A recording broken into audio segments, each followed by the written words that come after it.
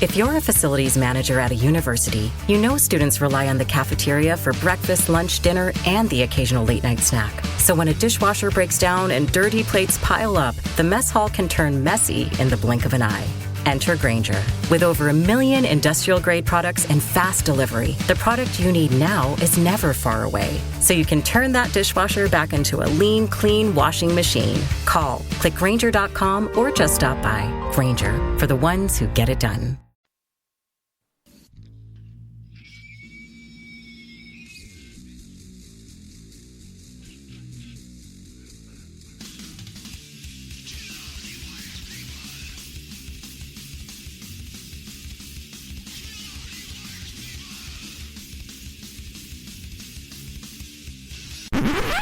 Oh, sorry, that's for a Democrat show. Let me know when you're ready. Was an extremely great conservative commentator. We're tearing it up on Wednesday night. This is awesome. This will allow me to retort. Well, this is Jersey Joe for the Reaver of Common Sense show. I'm on shrmedia.com. Actually, I just totally screwed up. This show contains language that some viewers may find offensive. Listener discretion is advised. And now on to the show. And welcome to the Reaver of Common Sense. I'm your host, Jersey Joe, and I'm trying to make sense out of the senseless. The Jersey Takeover is here. We have expanded to 2 hours every Monday through Friday, 9 p.m. to 11 p.m. Eastern Standard Time. And if you want to watch a broadcast, that's easy. Go to shrmedia.com and click on the watch button.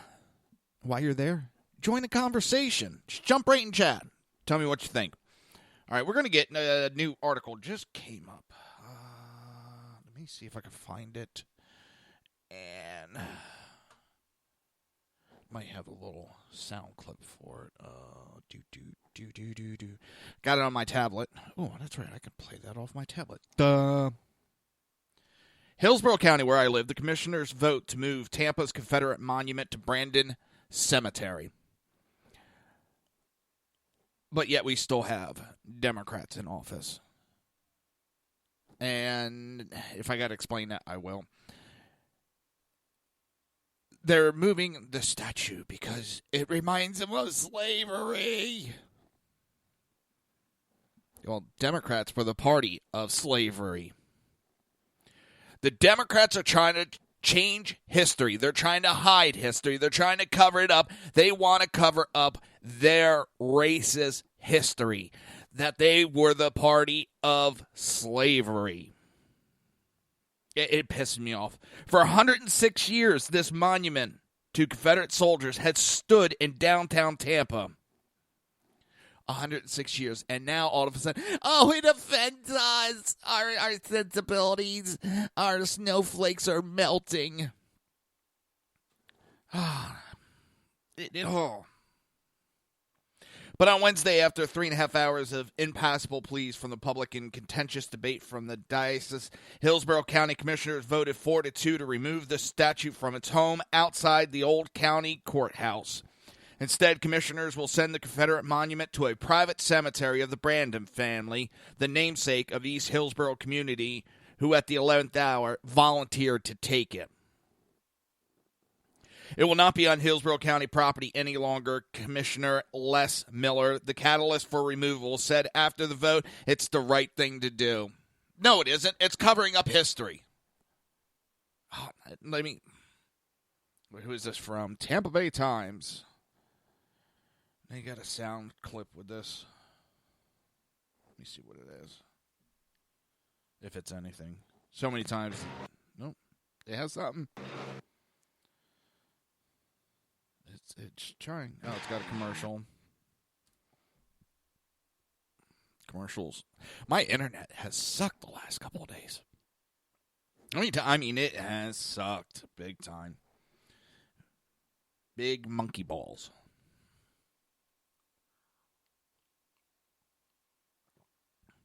I love how I actually sent a letter to Hillsborough County Commissioners, all of them, and complaining we should ban Democrats. They are the party that stood for slavery. They stood and fought for slavery, but they're still allowed. No one finds them offensive. Well, I find them offensive. Find them very offensive. Oh, let me see what I can find on the computer, see if it speeds it up a little bit.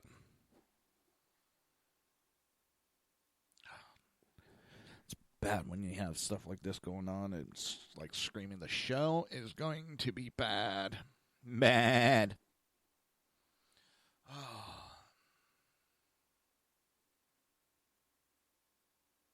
Let me see.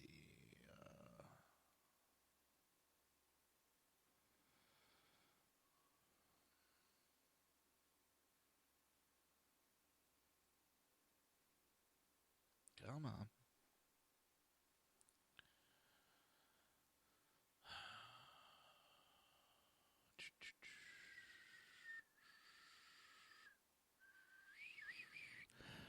And the long search. Sometimes Facebook pisses me off.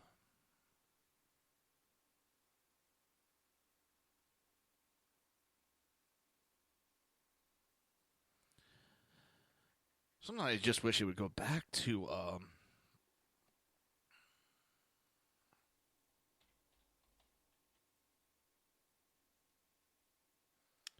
chronological order.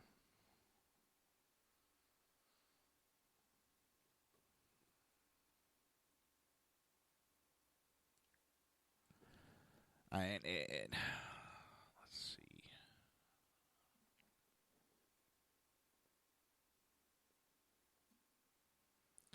Come on. Oh, my God. The left is now calling for term limits on Supreme Court justice. Donald Trump is going to be able to name multiple Supreme Court justice. Now they want term limits. Oh, my God.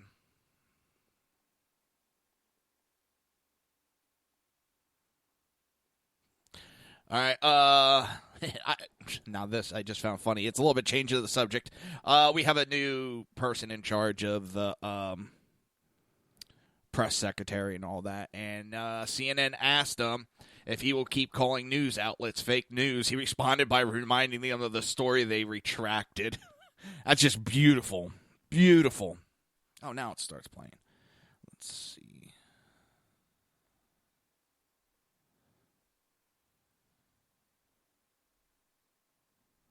Come on.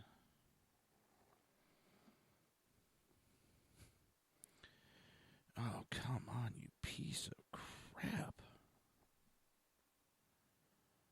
All right. Oh, having some technical issues here, and I apologize. Like I said, just the internet's not running that great. I got the video playing up on my tablet, but it was already like halfway through it by the time I noticed. And, I couldn't get it to back up.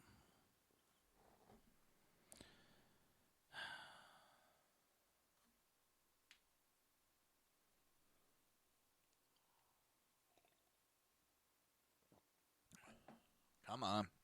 There we go. Come on. Oh, my God. Now, if I wasn't pushing for this, it would have, like, loaded, been, like, playing in the background with no problem.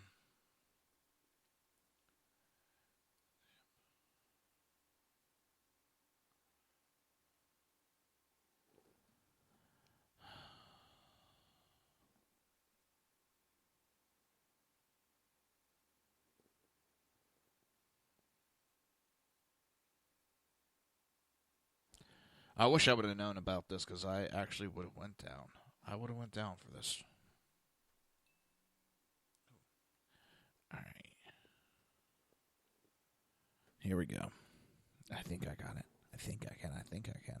Here to speak to item F4, which is the monument issue. We'll be calling you up in a public hearing type fashion when that item comes up.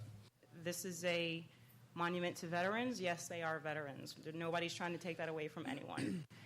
But they were veterans who fought to keep the institution of slavery. They're veterans who fought to not be a part of these United States of America. You know who else was a veteran? My dad. When my dad was being shipped off to Vietnam, he had to wait in the colored section for the bus. And when we see, or myself personally, seeing a monument, seeing a Confederate flag is a reminder of those are people that want to keep things the way they were. There's no monument to Tashunko Tatanka Yotanka, Pizi, Osceola, Micanopy, none for them. But I do see monuments for the people that killed them. Why is that? What are we honoring? You say these monuments are to venerate something. Well, we're not venerating Africans. We're not venerating indigenous people. We're only venerating the other side. The prayer that began this meeting today asked for unity. I'm also asking for unity. Let's take that statue down. Let's put it somewhere where it's not on public land, and let's not honor a lost cause that stood for hatred, racism, and intimidation against African people. The monument was placed by the United Daughters of the Confederacy at a time when most of their fathers were close to death or already gone. The monument was intended to be a memory to the legacy of their fathers and the suffering they lived through during the Civil War. So, ladies and gentlemen, this is not about trying to change history. We never will change history. History will be there forever. And today, some 50, 60 years from now, this will all be history. I move that the Confederate monument, Memoria and Eterna, be removed and transferred within the next 60 days or as soon as practical thereafter from the Hillsborough County government's property located at the old county courthouse, 419 Pierce Street, on the west side of the building, that the monument be transferred to the United Daughters of the Confederacy. The United Daughters of the Confederacy will make their decision for the appropriate placement of the monument. However, it cannot be placed on any property owned by Hillsborough County government. Please record your votes. Motion carried 4-2. Commissioners Hagan and White voted no.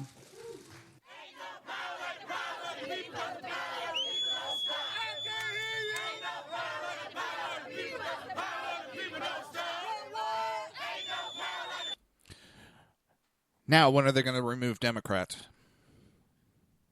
And I will not back off of this. When are they going to remove Democrats?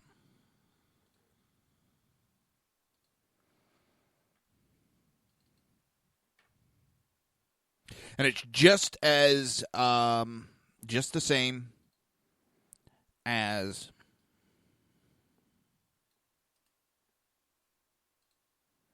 removing those statues. No different.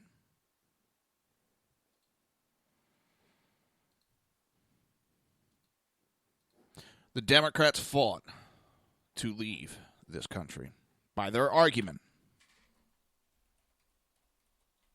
Why should they be allowed to continue to represent?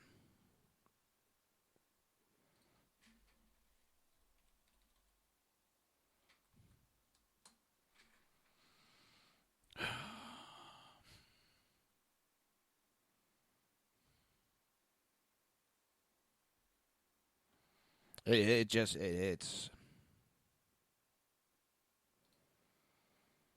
a joke.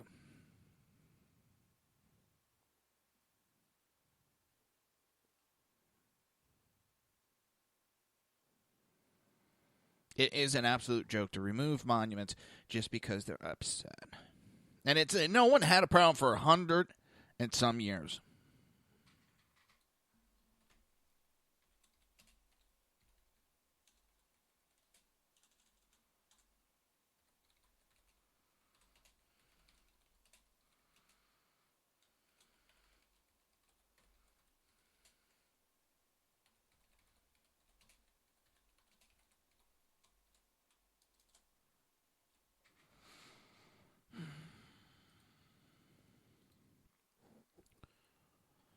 Democrats are doing nothing but trying to hide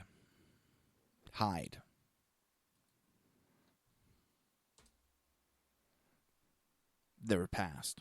And that's all this is about. Nothing more, nothing less.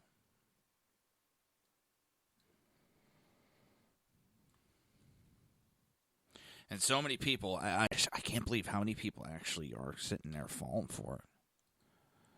I can't believe there's so many people that are so weak-minded.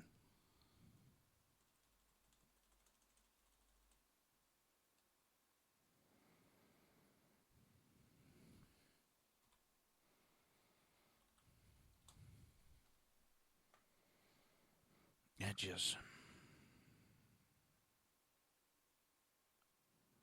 unbelievable.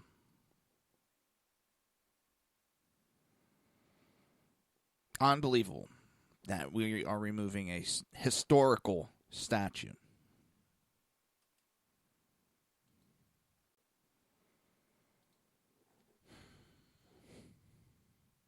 $106 that's been standing there.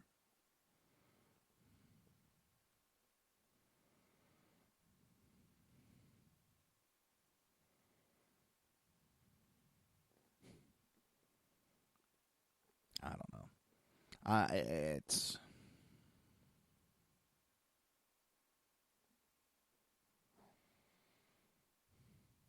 ridiculous.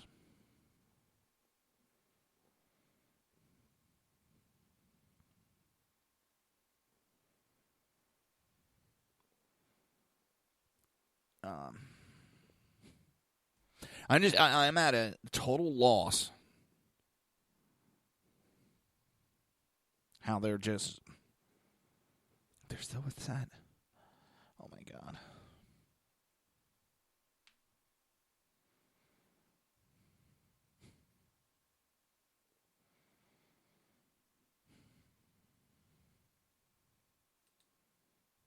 It just is amazing.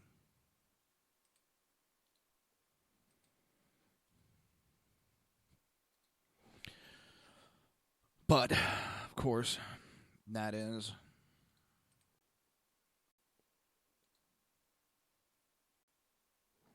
our government for you.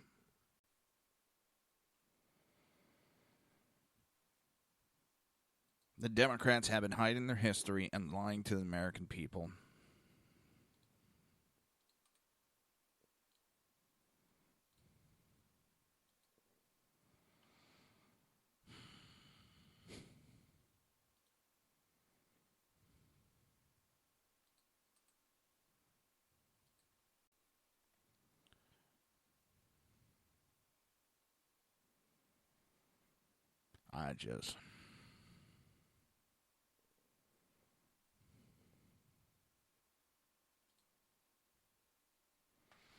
Unbelievable.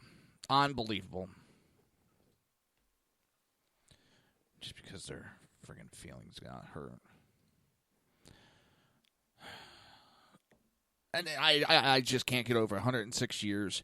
That statue has been standing there, and now all of a sudden people got an issue with it.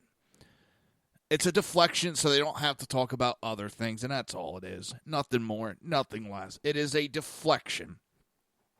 And I'm so amazed that so many people just fall right for it.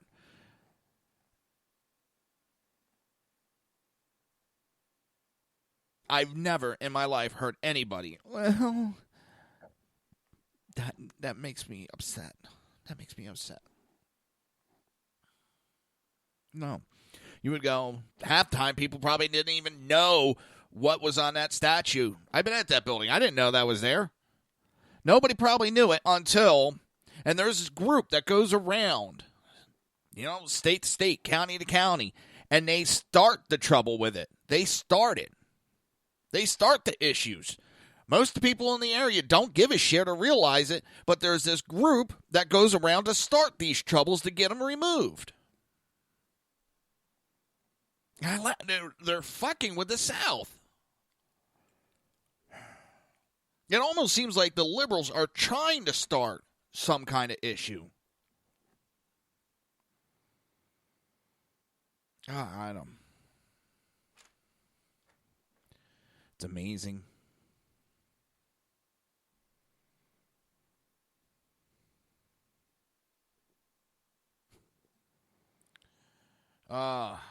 So many people so simply moved.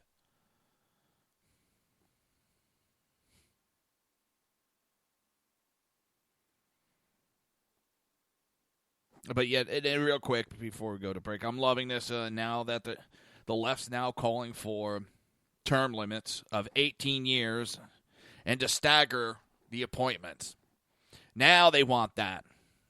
I bet you if Hillary Clinton was president, They would be bitching if someone brought that up. It's absolute.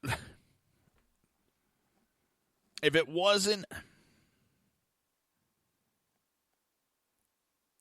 for a country, it would be a great sitcom.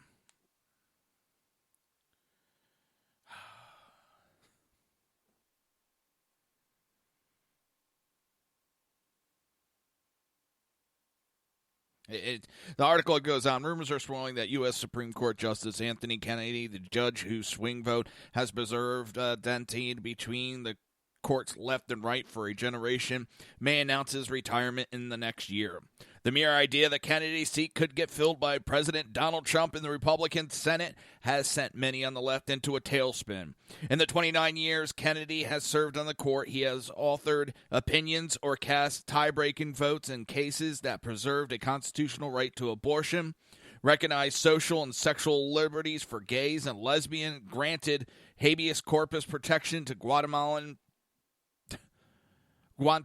Bay, what the hell was I thinking?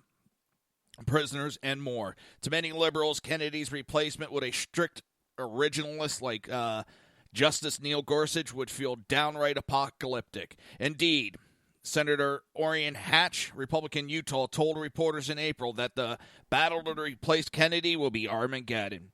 Liberals aren't the only ones who get anxious over Supreme Court appointments, of course. When it seemed Anthony Scalia's seat would go to Merrick Garland, which would have created a more liberal majority on the court, the Republican-led Senate refused to give Garland any hearing or votes for an unprecedented 293 days.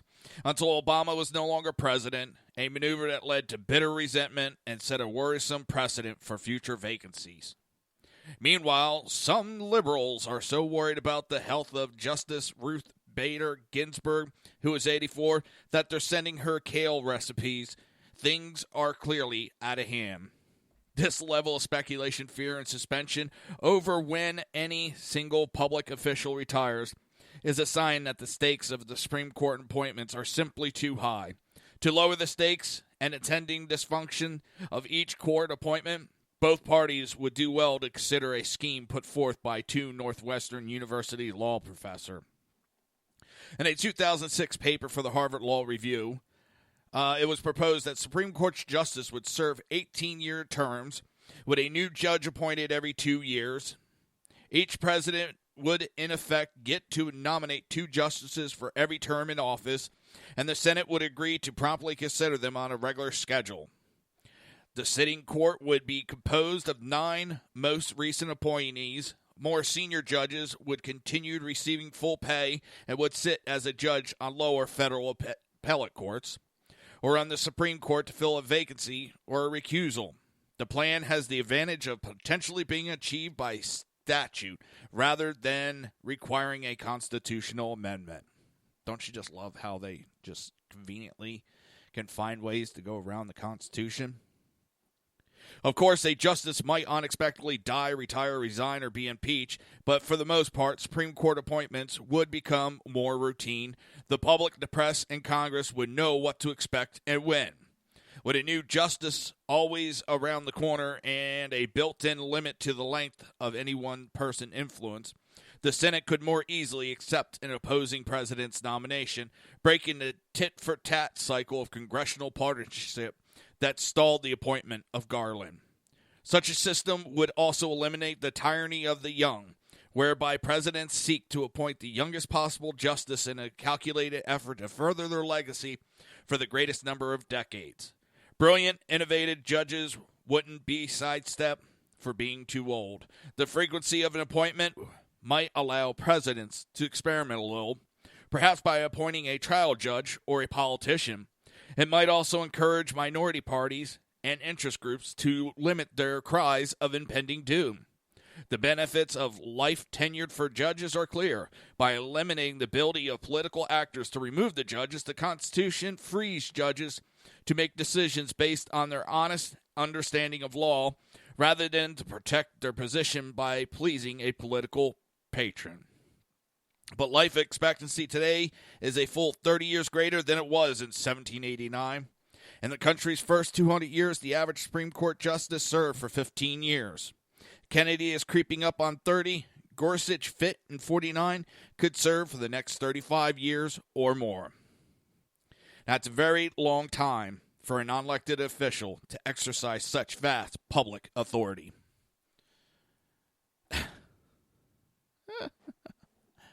That within itself just is funny. You're listening to the Reaver of Common Sense right here on SHR Media and High Plains Pundit Radio. We will be right back.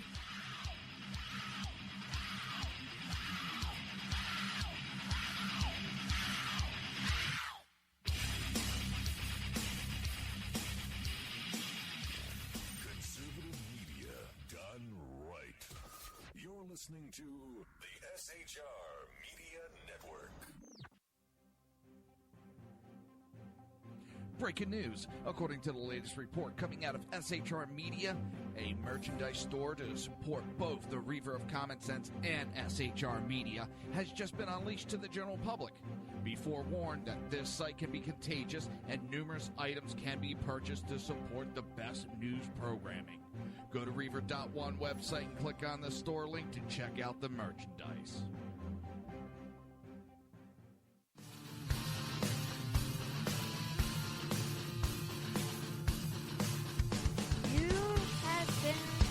Listening to Reaver of Common Sense, hosted by my dad, Jersey Joe.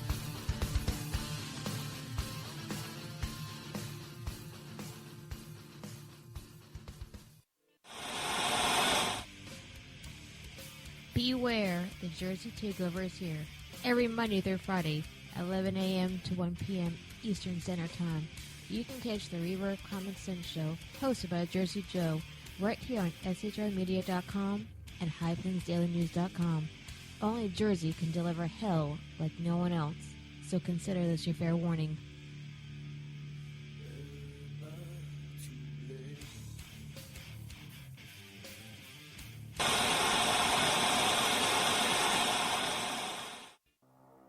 In a world controlled by corrupt politicians, You got a business.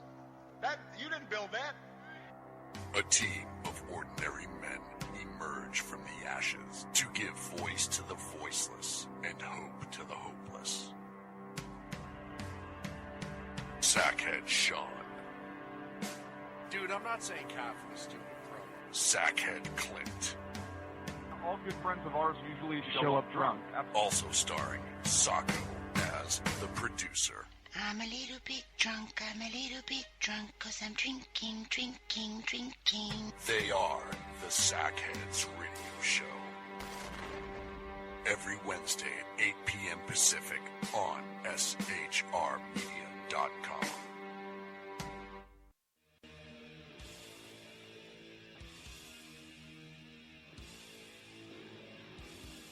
Every Wednesday night, 8 p.m. to 9 p.m. Eastern Standard Time, you can catch the Southside Mutt Show with its hosts, the Jersey Boys, Jersey Joe and Crash, right here on SHR Media and High Plains Pundit Radio, where we will be digging up the dirt.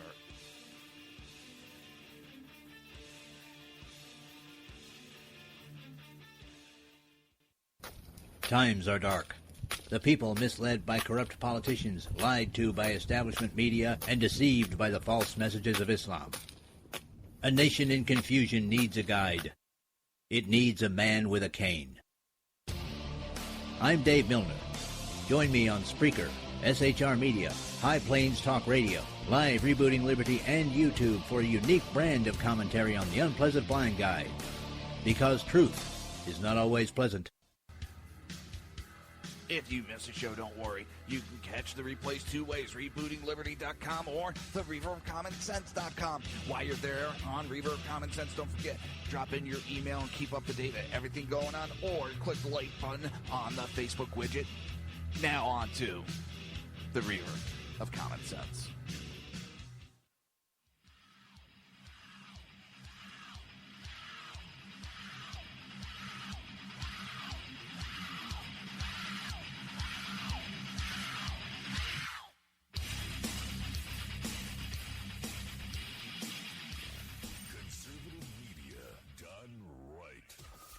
Listening to This show contains language that some viewers may find offensive. Listener discretion is advised. And now on to the show. And welcome back to the Reaver of Common Sense. I am your host, Jersey Joe, and I'm making sense out of the senseless. The Jersey Takeover's here. We have expanded to 2 hours every Monday through Friday, 11 a.m. till... That's 9 p.m. to 11 p.m. Oh, my God. I'm still... I can't believe I did that. Monday through Friday, 9 p.m. to 11 p.m. Eastern Standard Time. And if you want to watch the show, it's easy. Just go to shrmedia.com, click on the listen/watch live button. It's that simple, people. No registration, no nothing. Go in there, jump in the chat room, join the conversation. So, it seems FBI releases 7,000 previously unseen documents from Anthony Weiner's private laptop that contain classified material inappropriately sent to the disgraced congressman. How's that for you? Judicial Watch, a watchdog group focused on increasing government transparency, secured the release of the records, which many speculate will relate to Hillary's tenure as Secretary of State, as well as Weiner's ex-wife and top Clinton aide, Huma Abedin. Judicial Watch President Tom Fitton confirmed the document dump, adding that his organization's plans to receive and review the information within the next 3 months. Fitton, who is engaged in a prolonged legal battle over Clinton's State Department records, has repeatedly accused the agency of obstructing his investigation. This pushes this out until 2020 and beyond. Production is slow because the legal counsel is a holdover from the Obama administration. The folks that are responsible for slow rolling this are still here, he was quoted as saying.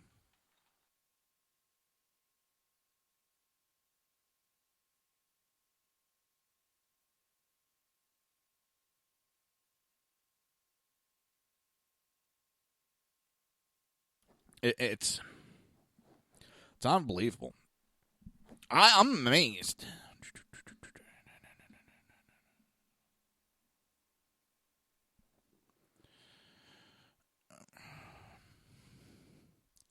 Adjusting the camera slightly.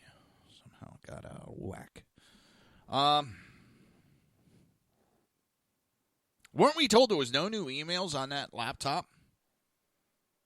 I mean, seriously, I remember being told because the investigation got reopened. What the heck?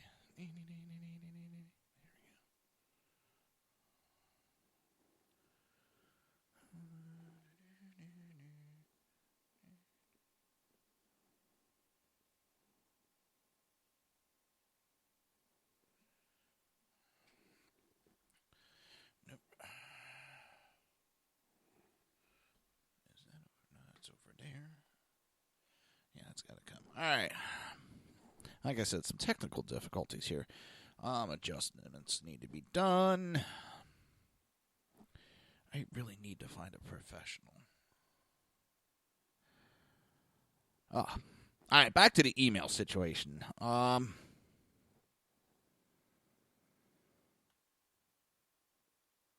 Fitton went on, I can't imagine the Trump White House is not interested in Clinton emails. 6 months into the Trump administration, and their lawyers are defending Hillary Clinton and the misconduct of the Obama administration.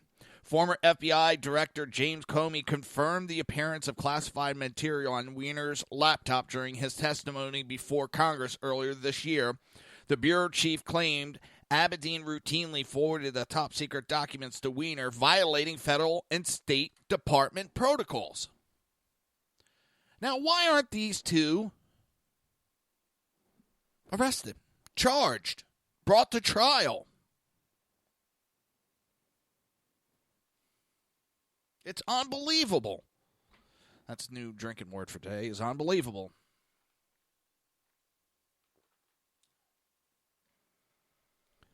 I mean,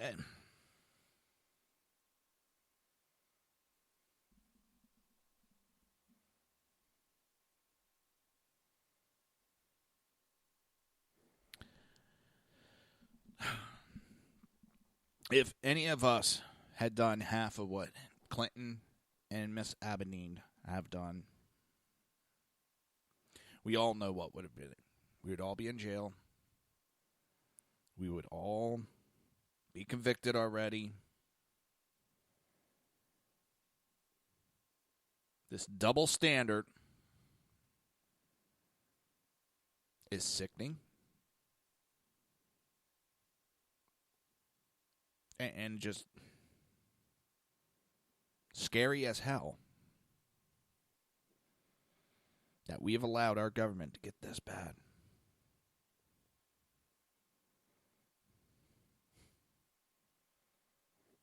We really need to clean Washington, D.C. up. Senator Joe Manchin urges Trump administration to block sale of Chicago Stock Exchange to the Chinese. Joe Manchin, a West Virginia Democrat up for re-election next year, is urging President Donald Trump administration to block the sale of Chicago Stock Exchange to Chinese investors. Manchin move comes via letter to Security and Exchange Commission Chairman Jay Clayton and Commissioner Carrie M. Stein and Michael S. A letter provided exclusively and now where's ahead of its public release. Our government considers our stock exchange a key part of our national financial market infrastructure to be self-regulatory organizations and presumes that each exchange is fully capable of managing the risk inherent in its operation. Manchin said in a statement, the Chinese government continued rejection of fundamental free market norms and property rights of private citizen makes me strongly doubt whether an exchange operating underneath the direct control of a Chinese entity can be trusted to self-regulate now and in the future.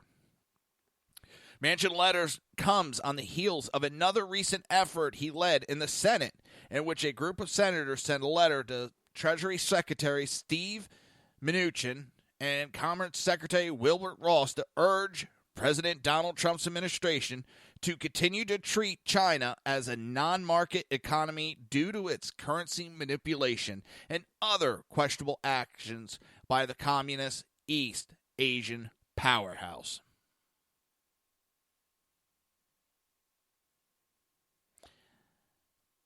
What's going on to further state, I fear that the challenging, plaguing the Chinese market, lack of transparency, currency manipulation, etc., will bleed into the Chicago Stock Exchange and adversely impact financial markets across the country.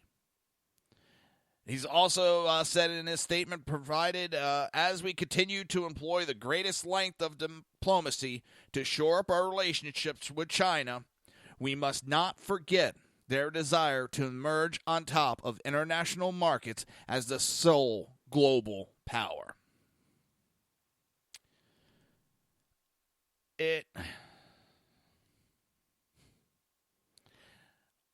I don't think any foreign country, directly, indirectly, should be having any type of ownership like that in anything in the United States. Because I do laugh how most of these countries, we cannot have power like that, but they want to do it in ours and we allow it. It's kind of stupid of us. It's not, well, if they don't. No, they're kind of smart on it. You don't want a foreign government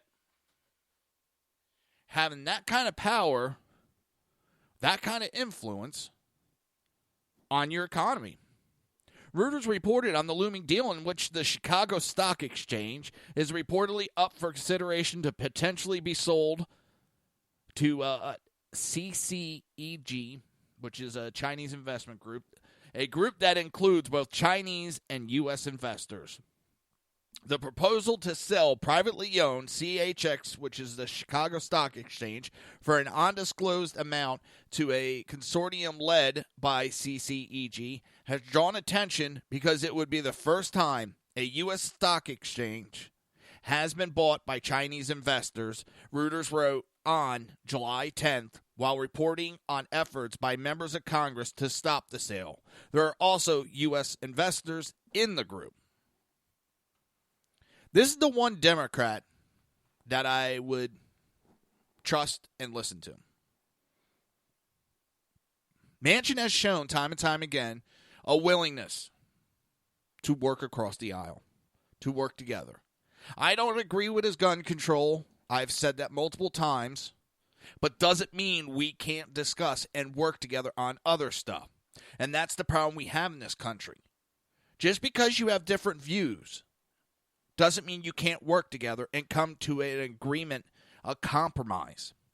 Not a compromise that Harry Reid or Obama talked about. I'm talking about a true compromise where both parties give up a little. There's so many ways, even on Obamacare, even to repeal it, to get Democrat, there's ways they could come to the Republicans and ask for stuff in return for their support to repeal it. They can actually set terms and get stuff. I mean, they can make sure that there's continuation, and I don't agree that we should, but I'm just throwing out examples. Planned Parenthood, they want it still to be financed from the federal government. They still want money to go. They can work that into, okay, we'll vote for the backing of this, but you're going to back off of the Planned Parenthood. We want extended background checks on gun sales. Not saying that I want them. I don't agree with them, but they could sit there and try to get some of their agenda by using it as leverage to compromise. Then they can go for the 2018. I know we compromised on Obamacare. It was failing. We're going to put something new in place, but we also were able to work out where we got this in exchange, and we will get a new health care. You know, there's ways for them to make it out a positive, but they don't think of that. And they could spin it and not be a failure. Yes, we know Obamacare didn't work out. Some things need to be redone. We're not giving up on it. We're going to continue. Now that we know where the failures are, we know where the successes can be. But no, they don't want to do that. But Manchin, it seems like he's the type of person, that's what he's willing to do. And he's coming and asking what looks to be a handout. Not looking for a hand up. A handout of friendship. At least that's my take on it. And in my show, I'm allowed my take on it, so. You're listening to the Reaver of Common Sense right here on SHR Media and High Plains Pundit Radio. We will be right back.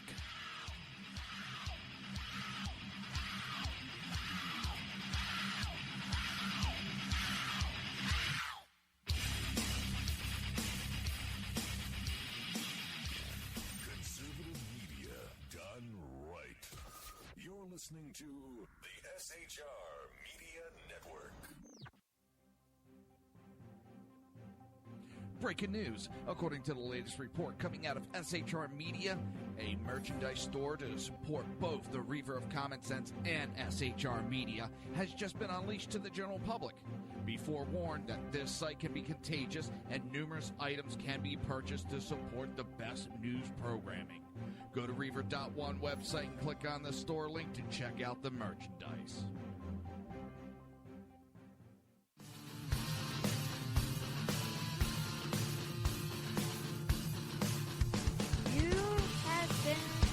Listening to Reaver of Common Sense, hosted by my dad, Jersey Joe.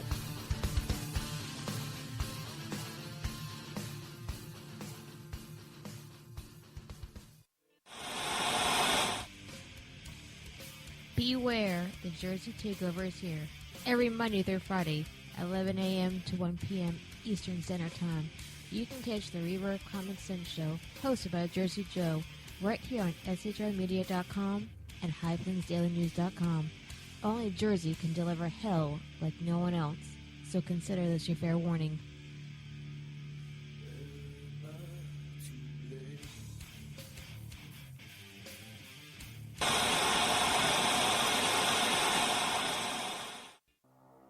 In a world controlled by corrupt politicians, You got a business. That you didn't build that. a team of ordinary men emerge from the ashes to give voice to the voiceless and hope to the hopeless. Sackhead Sean, Dude, I'm not saying Catholic, stupid bro. Sackhead Clint, All good friends of ours usually show up drunk. also starring Sacco as the producer. I'm a little bit drunk, I'm a little bit drunk, 'cause I'm drinking, drinking, drinking. They are the Sackheads Radio Show. Every Wednesday at 8 p.m. Pacific on shrmedia.com.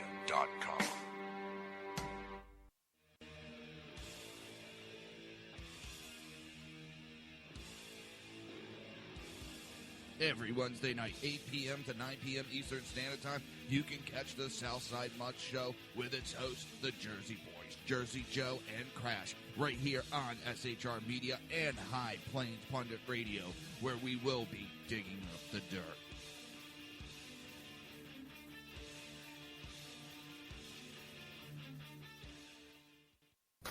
Times are dark. The people misled by corrupt politicians, lied to by establishment media, and deceived by the false messages of Islam.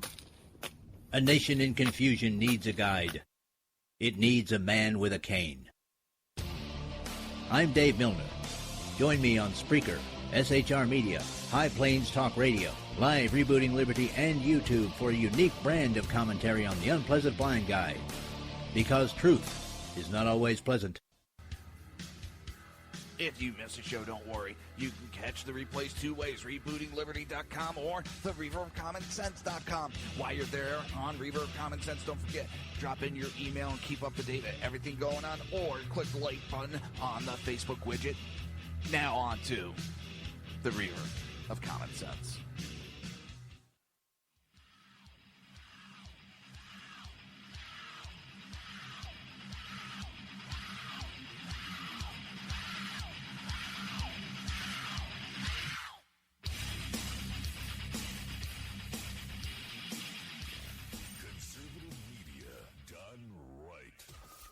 Listening to the SHR Media Network. This show contains language that some viewers may find offensive. Listener discretion is advised. And now on to the show. And welcome back to the Reaver of Common Sense. I am your host, Jersey Joe. I got to just stop right there because I had put up a comment on this jackass from Hillsborough County, Angel D'Angelo, who's running for county commissioner in Hillsborough County, and I had posted that letter I had put up a while ago about that I sent to commissioners about Democrat Party should be removed. And hi, thank you. Both parties have a negative history in a country that was founded on racism. I get so sick of that point line. And then throughout the years, both parties have flipped in their policies regarding race. Therefore, it is very simplistic and inaccurate to claim it as a party of racism. I get so sick of this party flip shit. The party flipped. Oh, it just...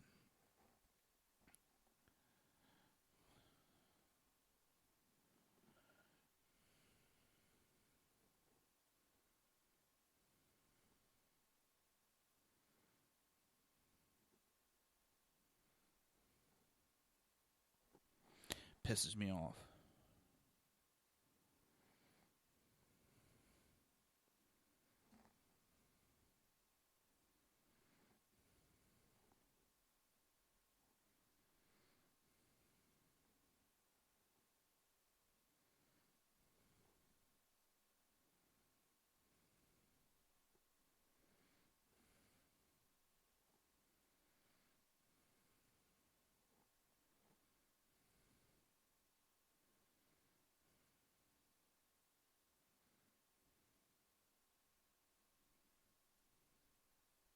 Sorry about this.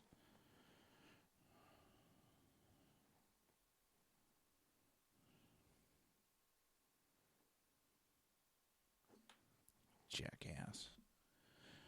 If you think that lowly of this country, fucking leave. Don't run for government. Get the fuck out of the country. Go find a country that's better. Built on racism. Go fuck yourself. I hate that shit. Oh. That, as you can see, fucking lit me up. Sorry. Oh,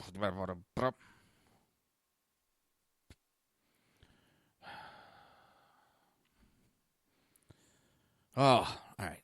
Let's get back to regular stuff and stop talking. It just burns my ass when you have a bunch of idiots and he's a progressive, you know. And if you hate the country that bad, why are you here? Tell me a country that has a better history. They stick up for Muslims who still practice slavery of blacks. And I get tired of it because every single culture, every fucking culture has been put into slavery by another culture. Whites have been enslaved, blacks have been enslaved, reds, yellow, browns. Everybody has been enslaved. But the Democrats make it a point to cry and whine about it. And they're the ones that were responsible for the slavery.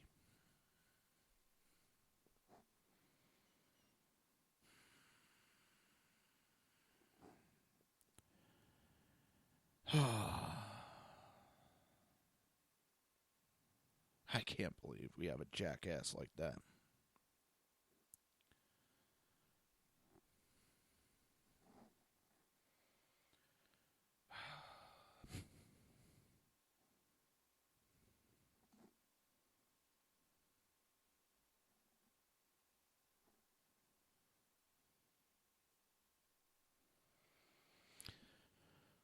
Oh, boy.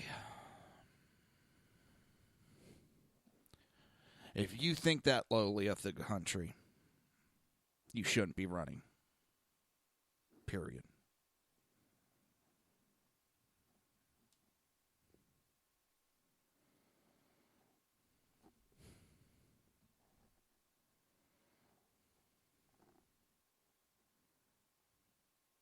Drives me up a wall.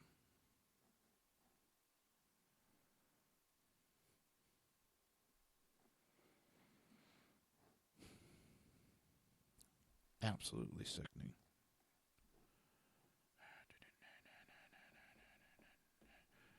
Yeah, let me put this in. No. It's in here and then. It's the hatred they have.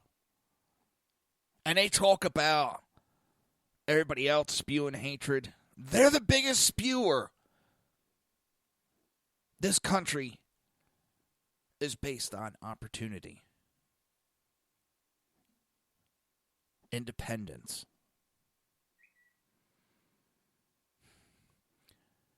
Slavery had a different meaning and feel back then. I'm not justifying how it went, but you can't compare now and then. I will never justify slavery. Never. But it was based on a different atmosphere. It just drives me up a wall. And it's funny because now we have Democrats back then said, if we do away with slavery, who will pick the cotton? And now what do we have, Democrats? Well, if we do away with illegal aliens, who will mow my lawns? Who will clean my dishes? Who will clean the hotels? And I'm not exaggerating. I've actually heard Democrats say those kind of statements.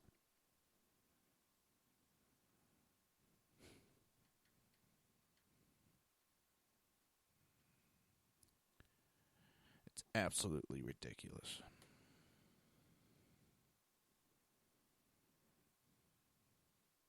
I think I'm going to invite that jackass to come onto my show, and we could debate the party flip. Oh, this drives me up a wall.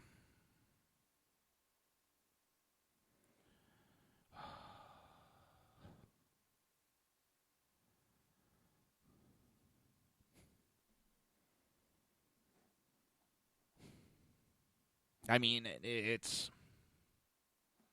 And this party switching, I've gone over it before and more in depth on this show. In fact, when I first started, I did shows about it. You had the Democrat Party from the end of slavery all the way up to 1964 that was pushing the civil rights. They pushed 100 years for the Civil Rights Act. Now you're telling me after Democrats not only fought against the Civil Rights Act, they filibustered, they did everything they could for 100 years to block it. Now, all of a sudden, out of nowhere, the party switch. The party that just got civil rights pushed through decides we're going to become racist, yes. And the Democrats, well, we learned our lesson 100 years fighting against this. It got through. Oh, we'll accept it.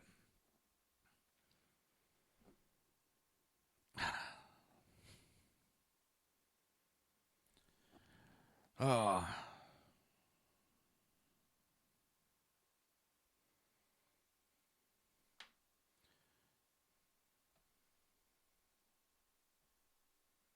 Hold on.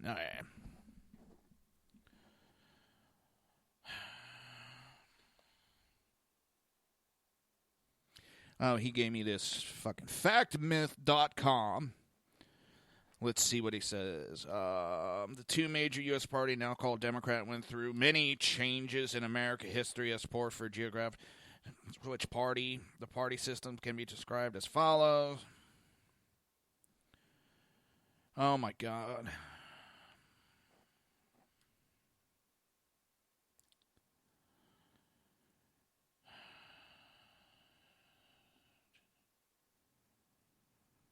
Oh, my God.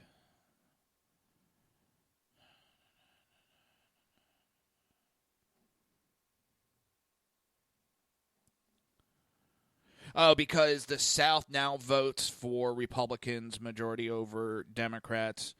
That's a factor.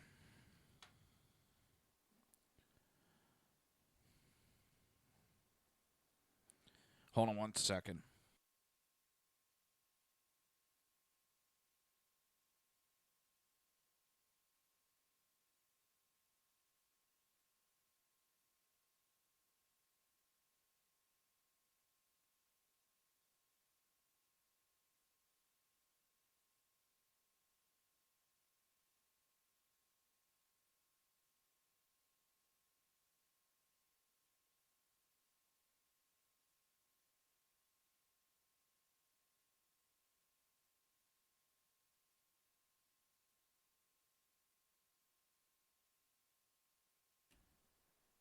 I just, holy shit, it's disgusting.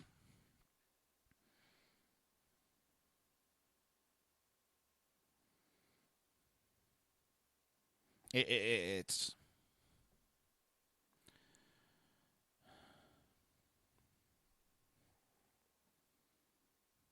Let me check something out real quick. It's... I can't believe you actually hate the country that much that you're going to run for it.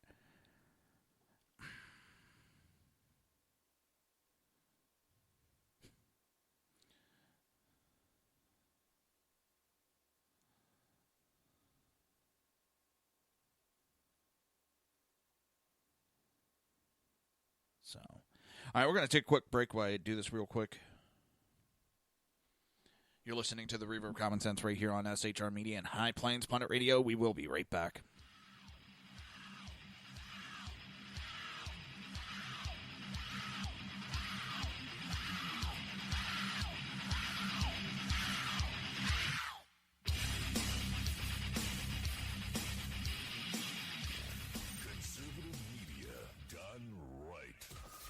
Listening to the SHR Media Network. Breaking news. According to the latest report coming out of SHR Media, a merchandise store to support both the Reaver of Common Sense and SHR Media has just been unleashed to the general public. Be forewarned that this site can be contagious and numerous items can be purchased to support the best news programming. Go to Reaver.one website and click on the store link to check out the merchandise.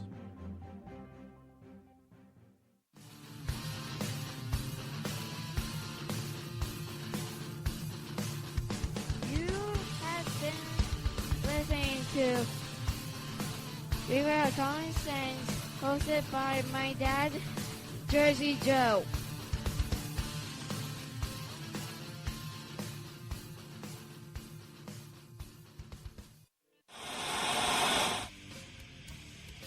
Beware, the Jersey Takeover is here. Every Monday through Friday, 11 a.m. to 1 p.m. Eastern Standard Time. You can catch the Reaver of Common Sense show, hosted by Jersey Joe, right here on shrmedia.com and highplains.dailynews.com. Only Jersey can deliver hell like no one else, so consider this your fair warning.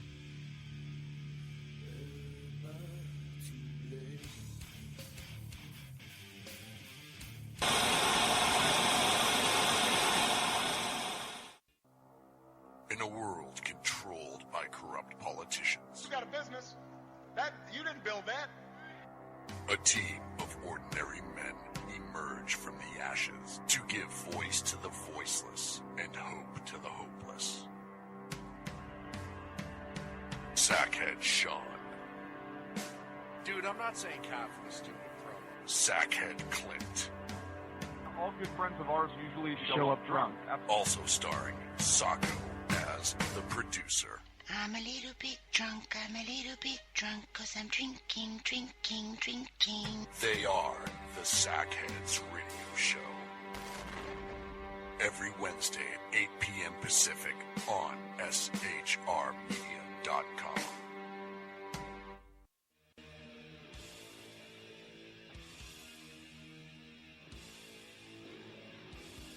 Every Wednesday night, 8 p.m. to 9 p.m. Eastern Standard Time, you can catch the Southside Mutt Show with its hosts, the Jersey Boys, Jersey Joe and Crash, right here on SHR Media and High Plains Pundit Radio, where we will be digging up the dirt.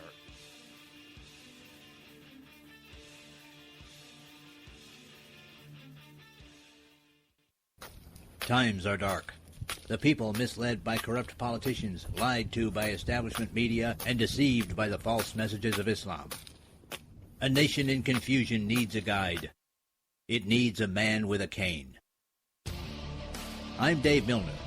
Join me on Spreaker, SHR Media, High Plains Talk Radio, Live Rebooting Liberty, and YouTube for a unique brand of commentary on the unpleasant blind guide. Because truth is not always pleasant. If you miss a show, don't worry. You can catch the replays two ways, rebootingliberty.com or the Reaver of Common Sense.com. While you're there on Reaver of Common Sense, don't forget, drop in your email and keep up to date with everything going on, or click the like button on the Facebook widget. Now on to the Reaver of Common Sense.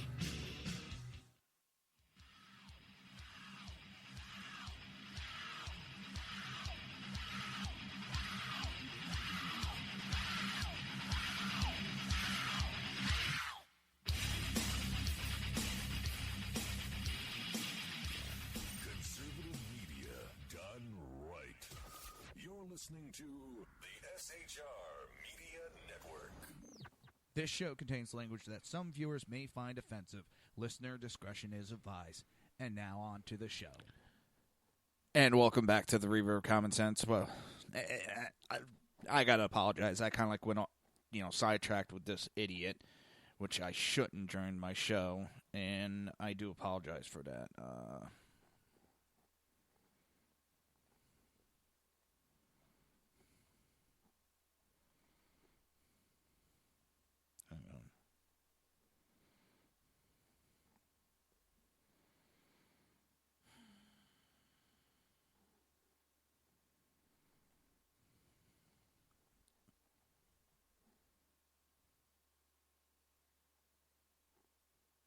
And he's actually looks like going to take me up on actually coming on the radio show.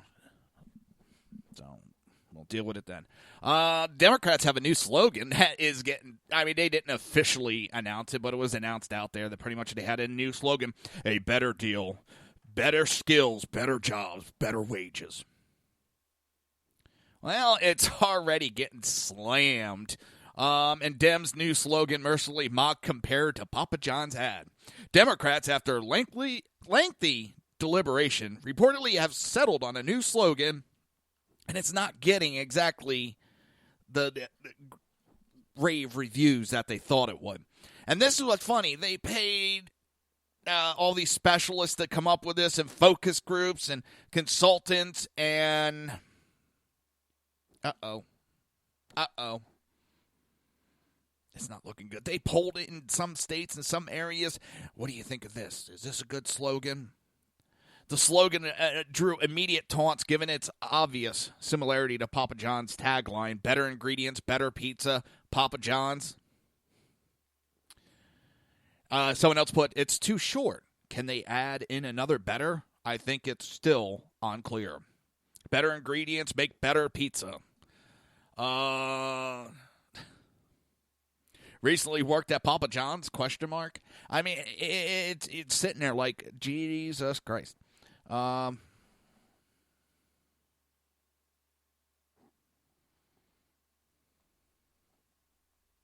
on.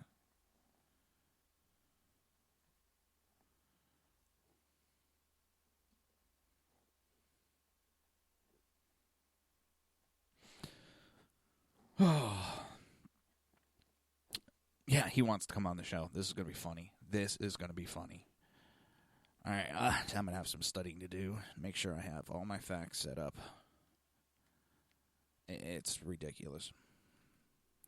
Because all I got to say is, was the Democrat Party in charge? Okay. You're going after an inanimate object, a statue, and having it removed because it reminds you of slavery and oppression.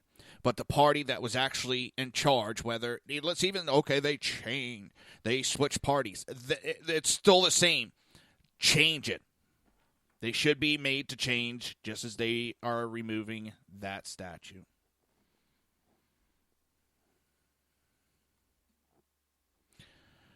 Dems can't even come up with an original slogan. No vision. Here's my thing. It's one thing to come up with a slogan. Slogans are great. A better deal, better skills, better jobs, better wages. How? When they are putting in regulations that send American jobs overseas, high-paying jobs overseas, they're importing illegal immigrants that are taking low-wage jobs. They're destroying the economy in the United States. They're forcing higher wages, but how is that? I mean, people are losing their jobs over it. You know, you could say Obama brought in all these jobs, but when you bring in part-time, basic, minimum wage jobs, how is that better for the country?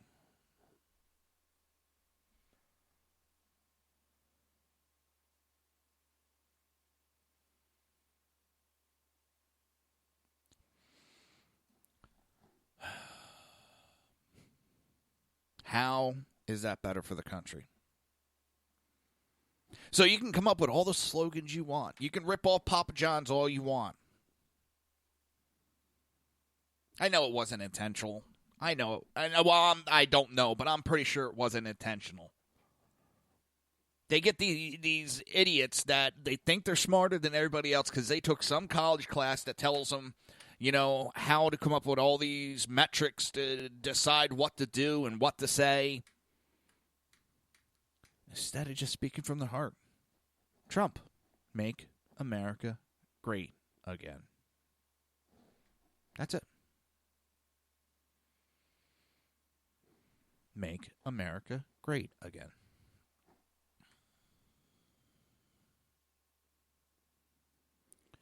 They can come up with everything they want, but they don't back it up with actions.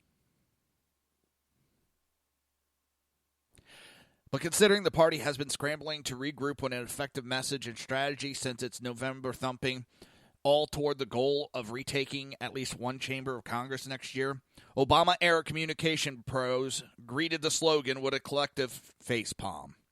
If your slogan uses a colon or a comma, back to the drawing board, tweeted John, former speechwriter for then-President Barack Obama.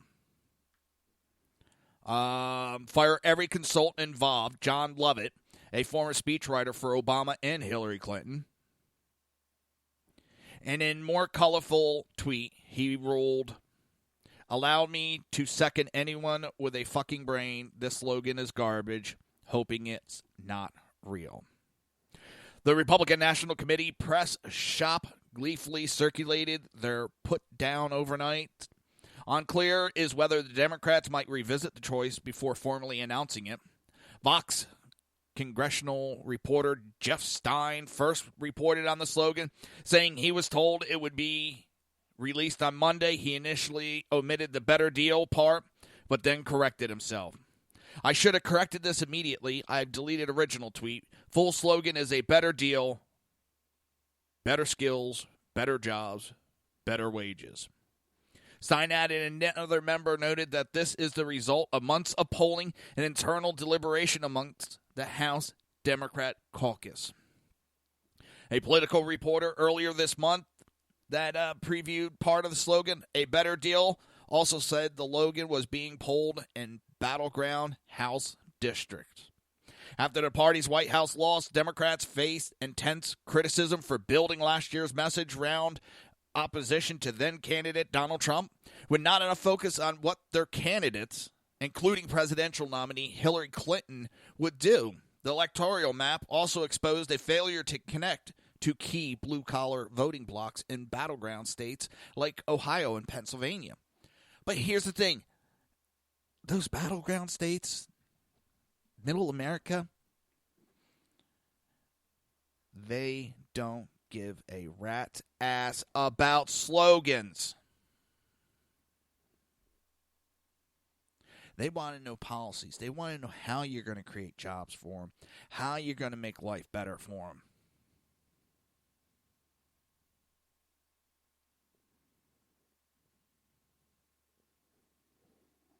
So Democrats need to do more than just come up with a new slogan. As the effort to craft a new slogan apparently is being led by congressional Democrat leaders and has been a rocky process all along. House Democrats recently asked people to vote on a new slogan, with the option largely focusing again on resisting or mocking Republicans. One of them was, have you seen the other guys? The supposed winning message, though, might be rooted in a rallying cry from the former Clinton VP nominee, Senator Tim Kaine. As noted by Levine at the Liberal Indivisible Project, Kaine advertised a May co-op with a tweet that said, better skills, better job, better wages. My thoughts on why Democrats need a stronger economic message in the USA today.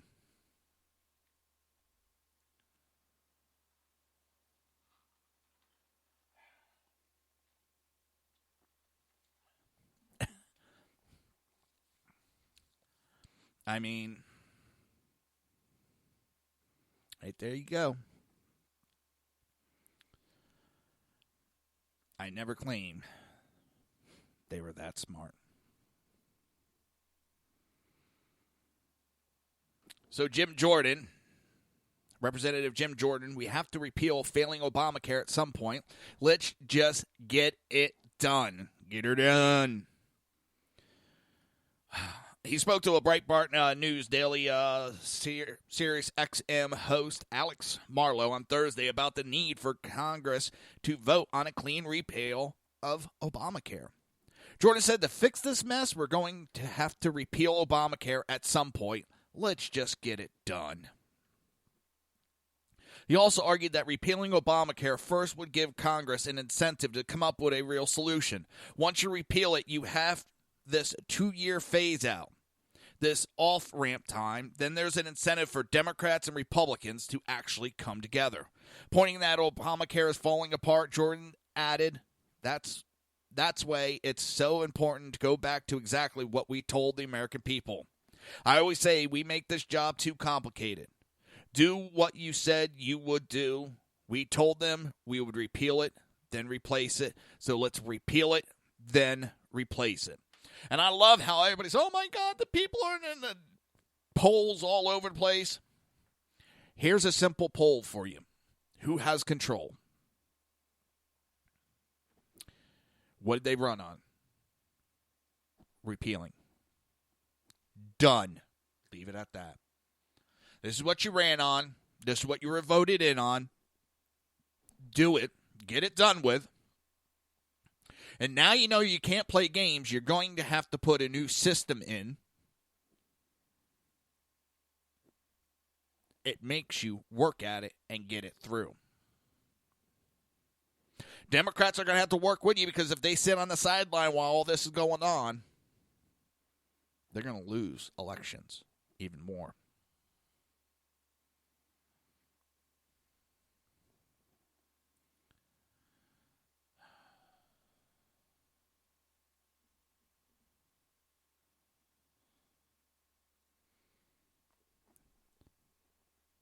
This is, I don't know. It's something that has to be done. We have Representative Tom Garrett announces intent to file discharge petition on Obamacare repeal. Along with a dozen Freedom Caucus members, announced his intention to file a discharge petition that would put a clean repeal of Obamacare before the House. The House Freedom Caucus repeatedly argued that the best path to repealing Obamacare revolves around a simple repeal of Obamacare, then replacing the Affordable Care Act with a free market alternative. Congress passed a clean repeal bill of Obamacare in 2015, only to have it vetoed by President Obama. Representative Jim Jordan, a former chairman of the Freedom Caucus, reintroduced the same legislation in 2015. However, Congress has not taken up that legislation. You passed it 2 years ago. Pass it again. Put it through. We have a president that will now sign it. Get it done.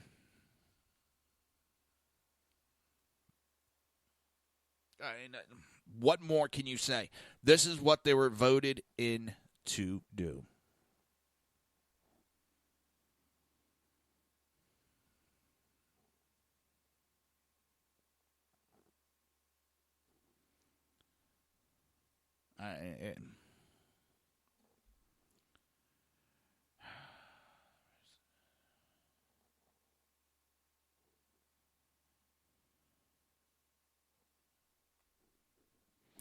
Yeah, I'd have to. Carrie Donovan, who.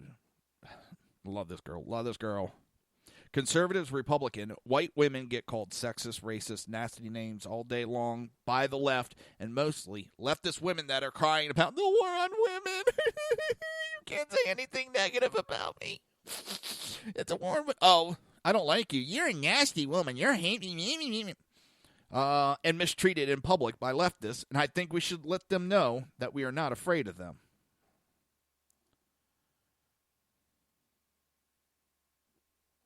The fuck?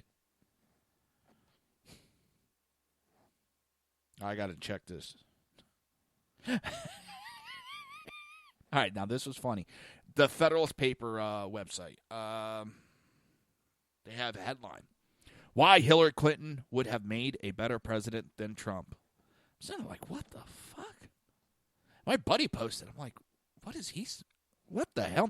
So I clicked on it, and all it says in all capitals, she wouldn't have. That's the whole story.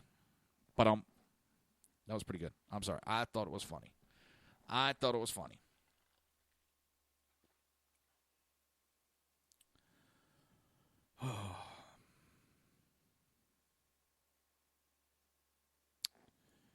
People are they've lost their mind.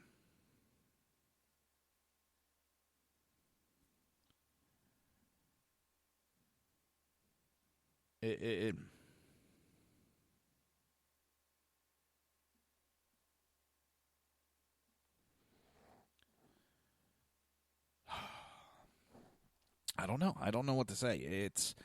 They were voted in to repeal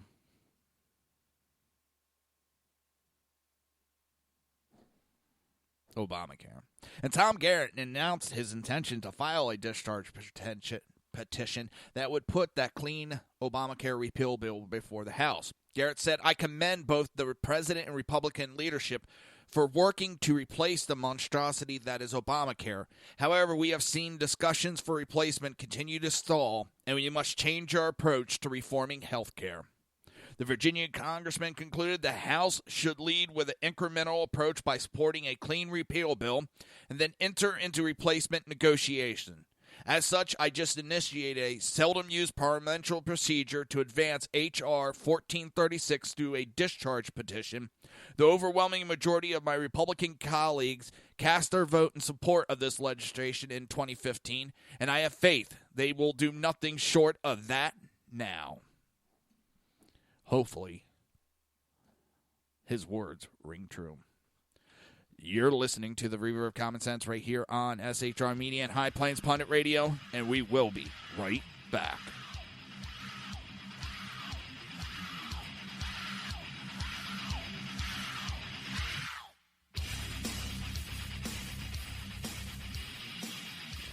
Conservative media done right.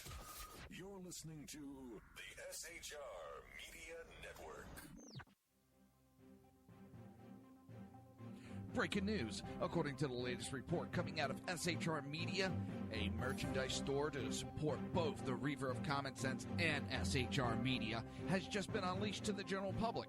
Be forewarned that this site can be contagious and numerous items can be purchased to support the best news programming. Go to Reaver.one website and click on the store link to check out the merchandise.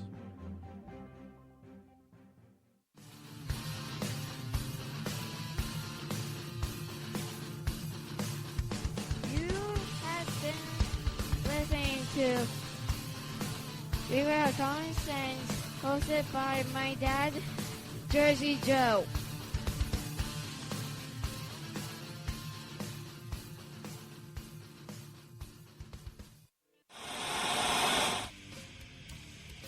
Beware, the Jersey Takeover is here. Every Monday through Friday, 11 a.m. to 1 p.m. Eastern Standard Time. You can catch the Reaver of Common Sense show, hosted by Jersey Joe, right here on shrmedia.com and highplainsdailynews.com. Only Jersey can deliver hell like no one else, so consider this your fair warning.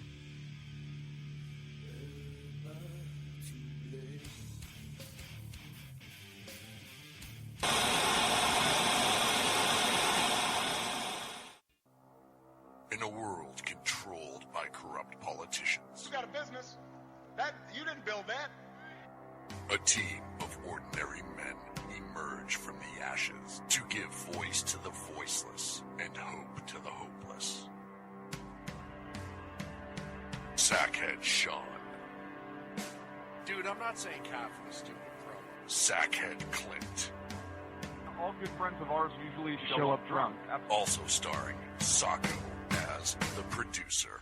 I'm a little bit drunk, I'm a little bit drunk, 'cause I'm drinking, drinking, drinking. They are the Sackheads Radio Show. Every Wednesday at 8 p.m. Pacific on shrmedia.com.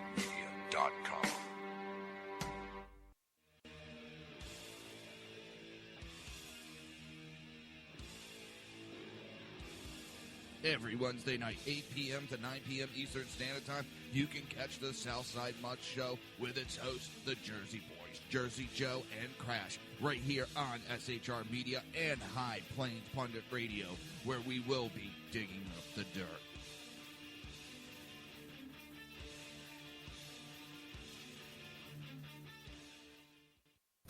Times are dark.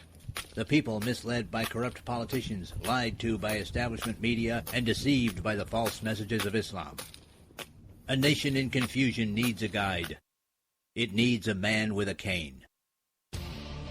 I'm Dave Milner. Join me on Spreaker, SHR Media, High Plains Talk Radio, Live Rebooting Liberty, and YouTube for a unique brand of commentary on the unpleasant blind guide. Because truth is not always pleasant. If you miss a show, don't worry. You can catch the replays two ways, rebootingliberty.com or the reaverofcommonsense.com. While you're there on Reaver of Common Sense, don't forget, drop in your email and keep up to date with everything going on, or click the like button on the Facebook widget. Now on to the Reaver of Common Sense.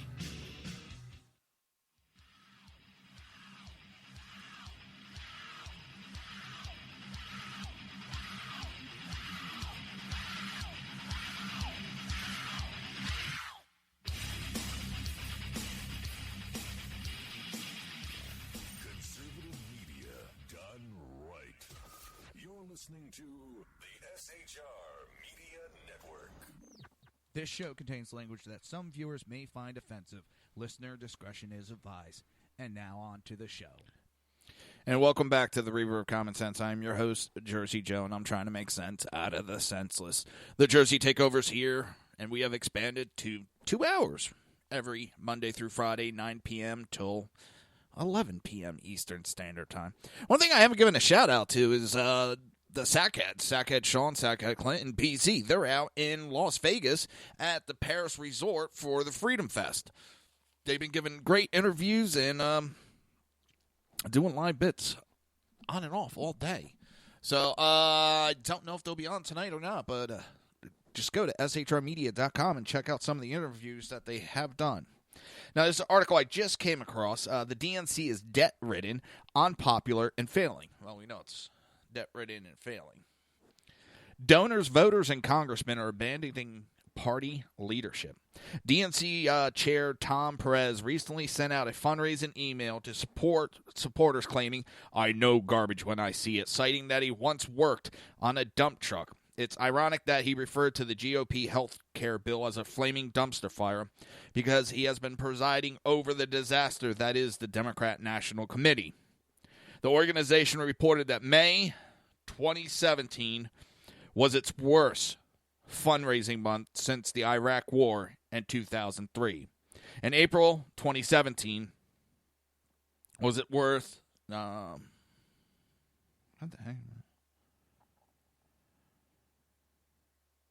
Was the worst since 2009.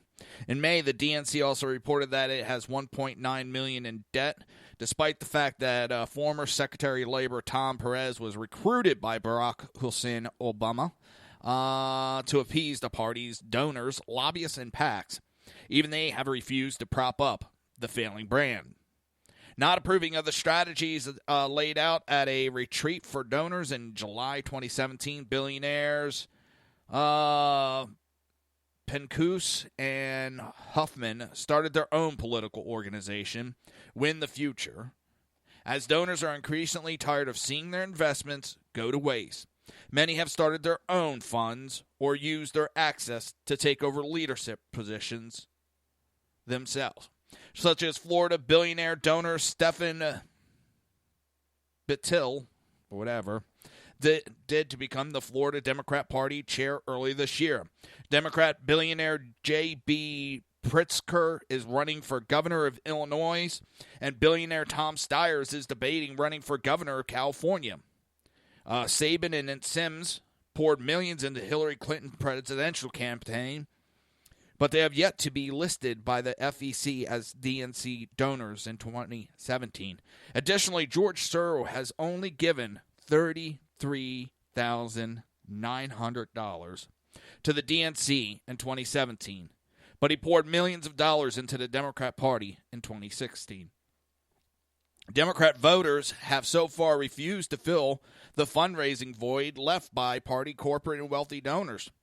Tom Perez is painfully reminded that the Democrat establishment has suppressed reforms that would prove to voters that the party is prioritizing their interests.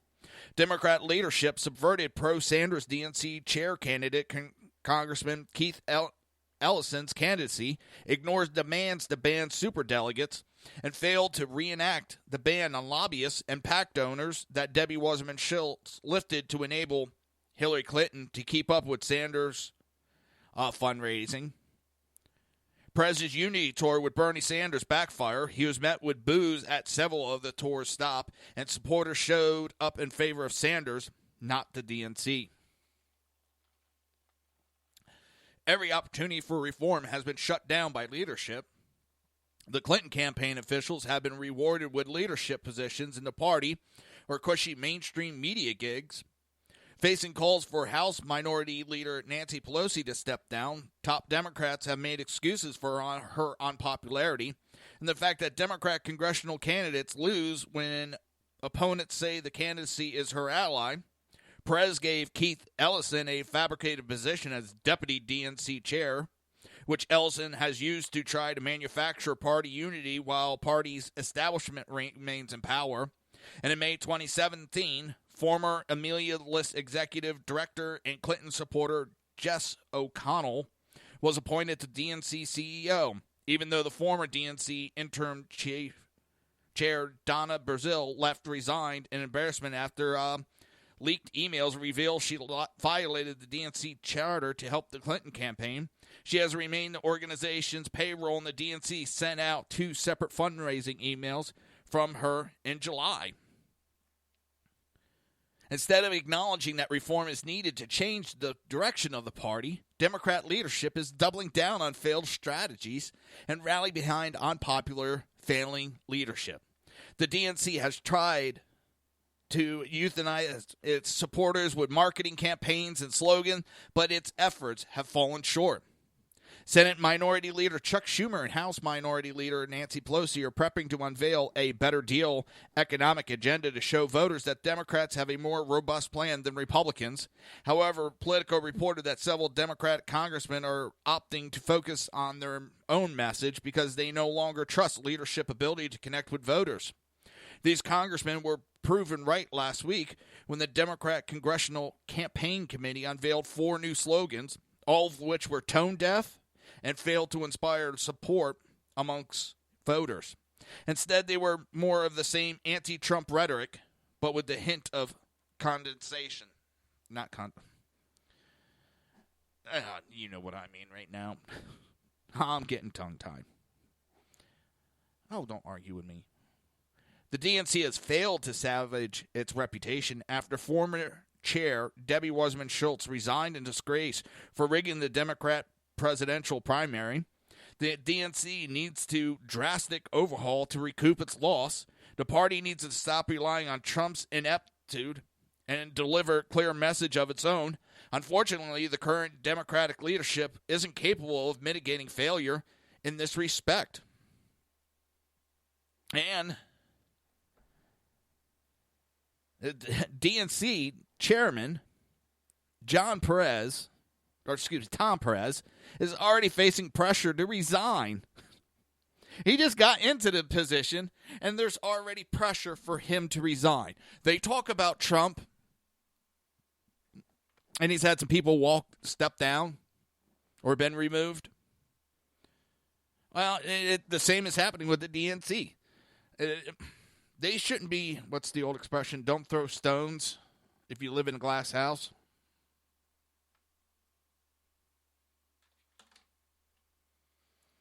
Oh, God. Oh, man. So my buddy puts up a meme, and it's old man sitting in a chair, like a recliner type chair, on a beach. You know, the ones you put on the beach. And he's sitting back, and his legs are spread, and his balls are just hanging out. And it says, "This weather is nuts. It's hot as balls out." Leave it to my buddies from the firehouse to post something like that. Oh.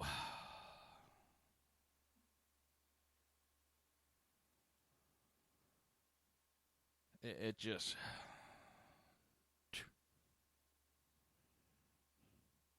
Tornado went through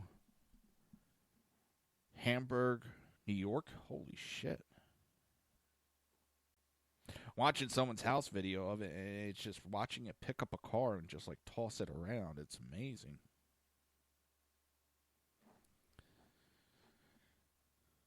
Watching a different view real quick. It's like straight out of a movie.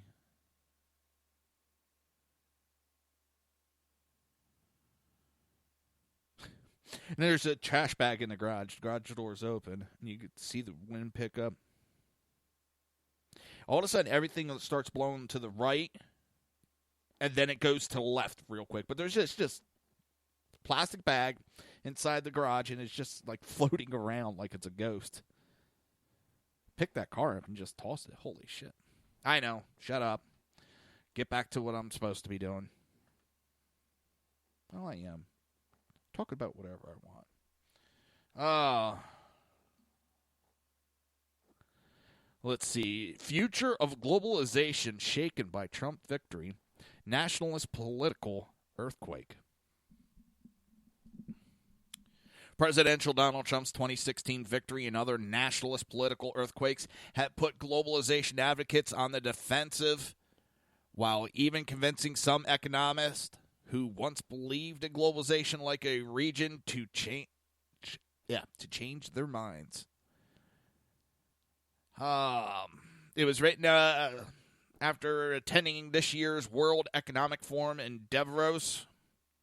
At Davos, according to Saval, by all reports, the mood was one of anxiety, defensiveness, and self-reproach. The future economic globalization for which the Davos men and women see themselves as caretakers had been shaken by a series of political earthquakes. He writes that in a panel titled Governing Globalization, the economist Moyo, otherwise a well-known supporter of free trade, forthrightly asked the audience to accept that there have been significant losses from globalization. It's also noted that the Brexit result in Trump elections meant that the barbarians weren't at the gates to the sky lifts yet, but they weren't very far, since the backlash to globalization has helped fuel the extraordinary political shift of the past 18 months. Americanism, not globalism, should be our creed, Trump said on the campaign trail. As Saval points out, in the UK, he notes that the vote for Brexit was strongest in the region of the UK devastated by the flight of manufacturing. British Prime Minister Theresa May, he notes, said at Davos that talk of greater globalization means their jobs being outsourced and wages undercut. This week on Charles Rowe's show, Joshua Green, author of Devil's Bargain, Steve Bannon, Donald Trump, and the Storming of the Presidency, said that Steve Bannon, who is Trump's chief strategist, opposes the global financial class that is more interested in making money, erasing national borders, tearing down cultural identities than it is in serving the ordinary working-class, blue-collar people that Bannon thinks is the backbone of our country and ought to be at the center of our politics. Bannon's prescription, according to Green, is to tear down the global free trade system, to close American border, to deport people who are here illegally, and to curb legal immigration, as a way of privileging American citizens and reasserting a cultural identity. At Davos this year, Saval observed that the participants had to realize that after years of hedging or discounting the marginal effect of free trade, it was time to face facts. Globalization caused job losses and depressed wages, and the usual Davos proposals, such as instructing affected populations to accept the new reality, weren't going to work. Unless something changed, the political consequences were likely to get worse.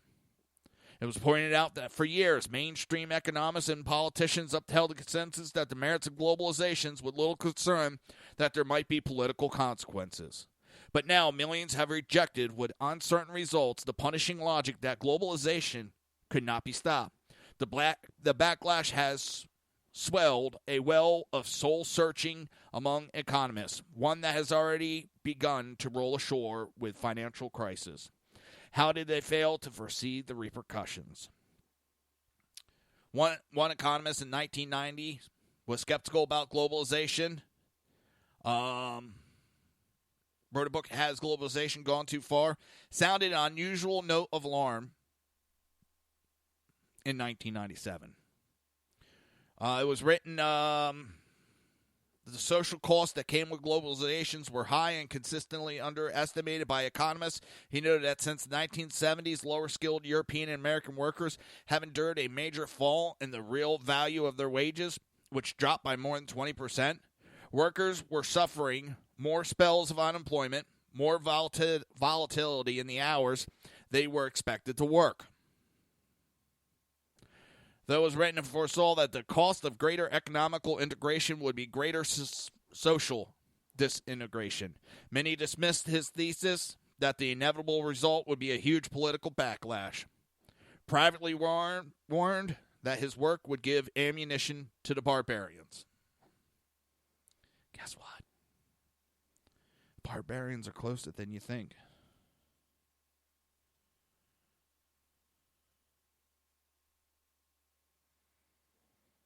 it's...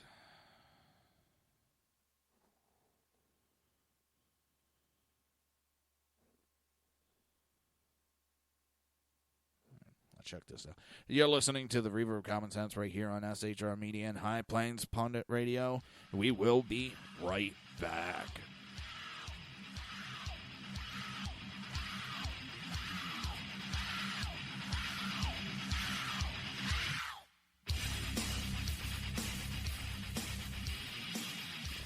Conservative media done right. You're listening to the SHR Media Network.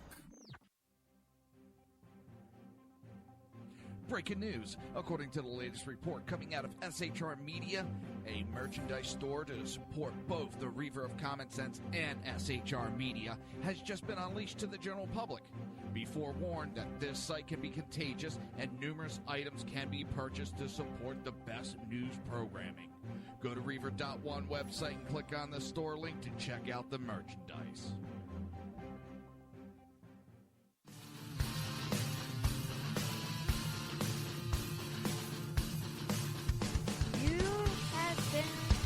Listening to Reaver of Common Sense, hosted by my dad, Jersey Joe.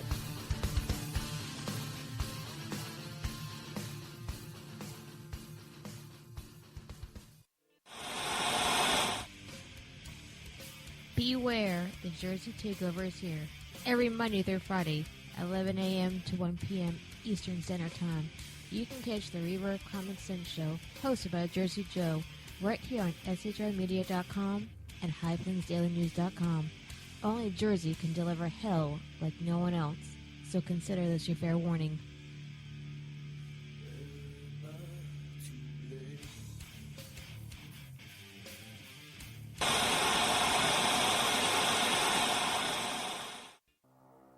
In a world controlled by corrupt politicians, You got a business.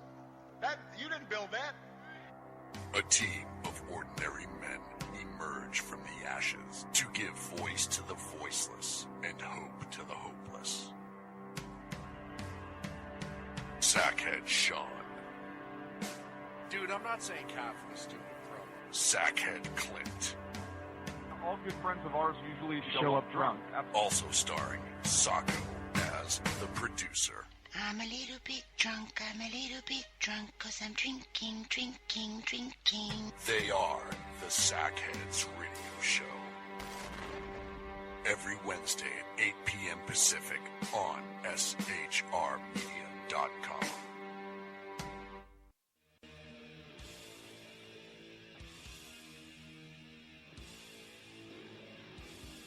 Every Wednesday night, 8 p.m. to 9 p.m. Eastern Standard Time, you can catch the Southside Mutt Show with its hosts, the Jersey Boys, Jersey Joe and Crash, right here on SHR Media and High Plains Pundit Radio, where we will be digging up the dirt.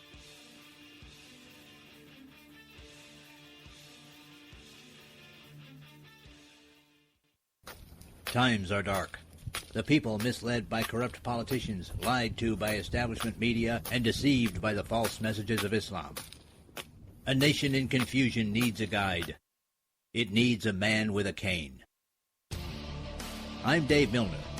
Join me on Spreaker, SHR Media, High Plains Talk Radio, Live Rebooting Liberty, and YouTube for a unique brand of commentary on the unpleasant blind guide.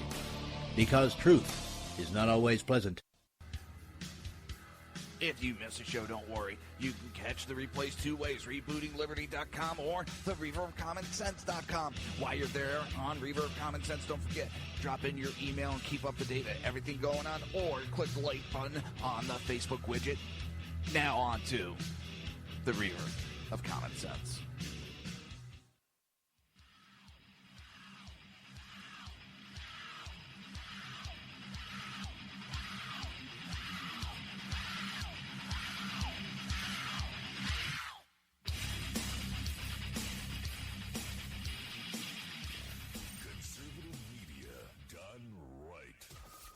Listening to the SHR Media Network. This show contains language that some viewers may find offensive. Listener discretion is advised. And now on to the show. And Welcome back to the Reaver of Common Sense. I am your host, Jersey Joe, and I'm here to make sense out of the senseless. The Jersey Takeover is here. We have expanded to 2 hours every Monday through Friday, 9 p.m. till 11 p.m. Eastern Standard Time. Let's see some. Oh, the weekend is here. The weekend is here.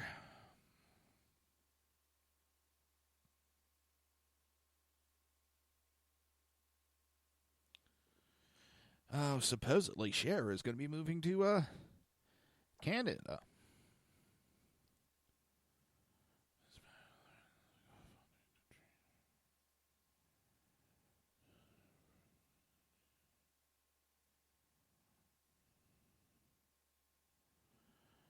I got one thing to say. Bye-bye! Sorry, Canada. You can have her.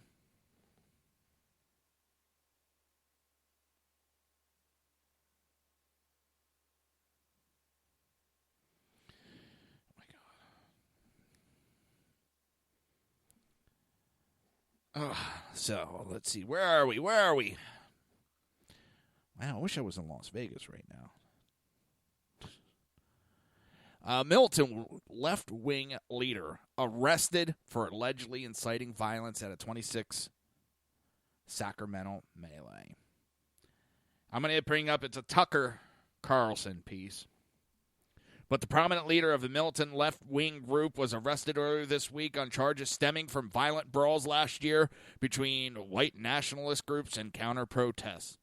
Yvette for something, well, she got her ass arrested.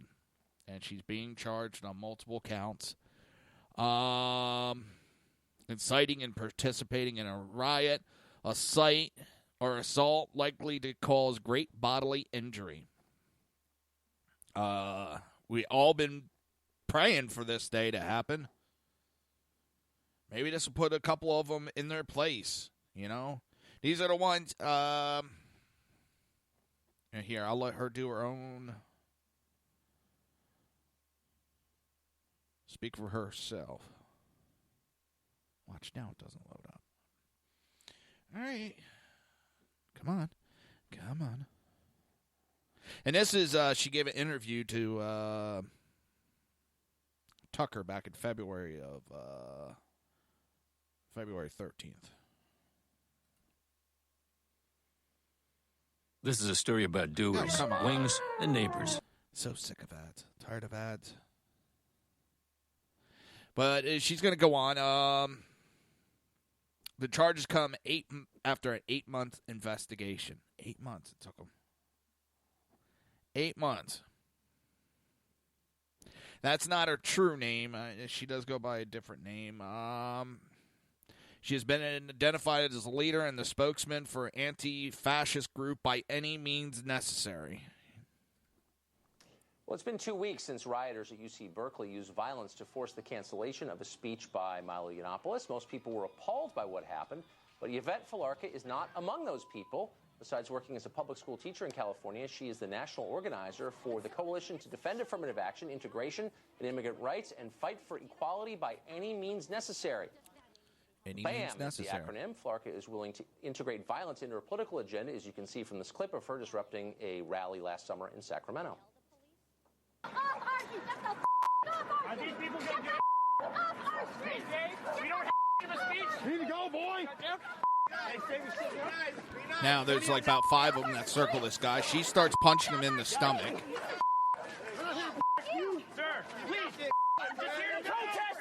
Now, there's cops standing there watching this. He gets jumped by like about 6 people, stomping on him. And now the cops go over. Organized the Berkeley protests, and she says activists ought to copy his tactics for other speakers and events around the country. Yvette Falarca is with us now. Yvette, thanks a lot for joining us. So you did a bunch of interviews after, and you were asked about this, and you were, to your credit, I think, very straightforward about it and unapologetic. And you said, yeah, this guy was a fascist, Milo's a fascist, and we shut him down. You didn't pretend otherwise. We shut him down, and that's what you do with fascists. I think I'm characterizing what you said correctly. Just so we can understand the standard here, what is a fascist? So a fascist is someone who's organizing a mass movement that's attacking women, immigrants, black people, other minority groups in a movement of genocide. That's what a fascist is. Okay. So it's someone who's committing violence? And it's someone who's committing violence and who's trying to organize other people to commit violence. Okay. And Milo Yiannopoulos is a fascist. She's doing. Okay. So he's committed acts of violence against the protected groups you mentioned?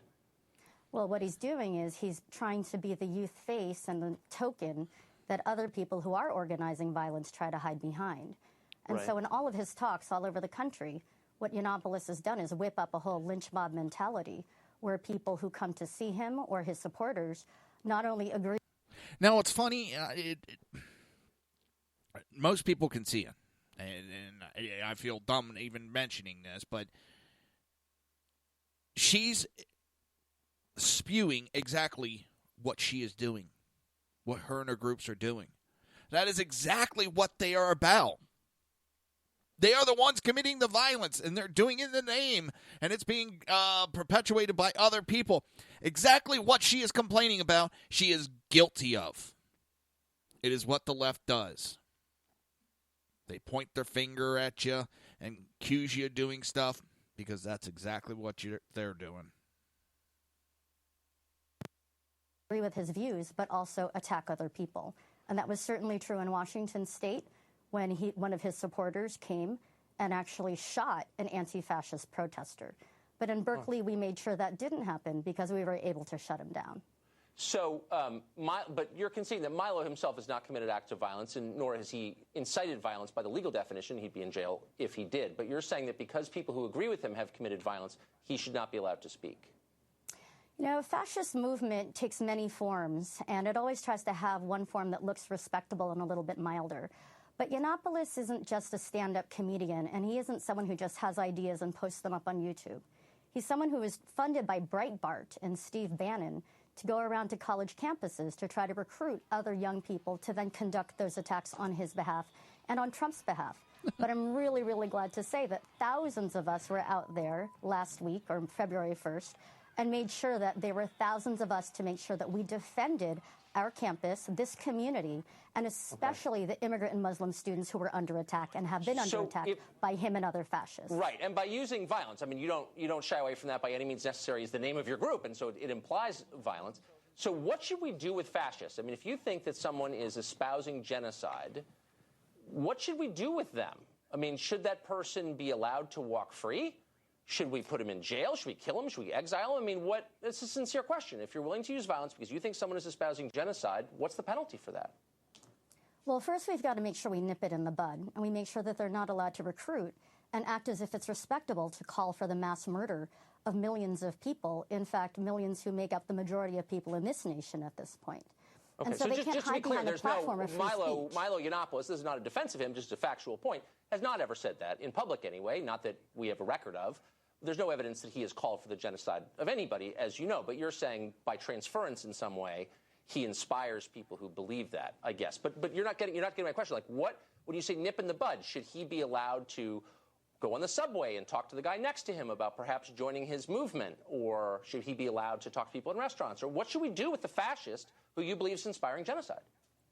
So first of all, the alt-right is a neo-fascist movement, and they're trying to hide behind some softer versions of their more open counterparts who identify themselves as Nazis.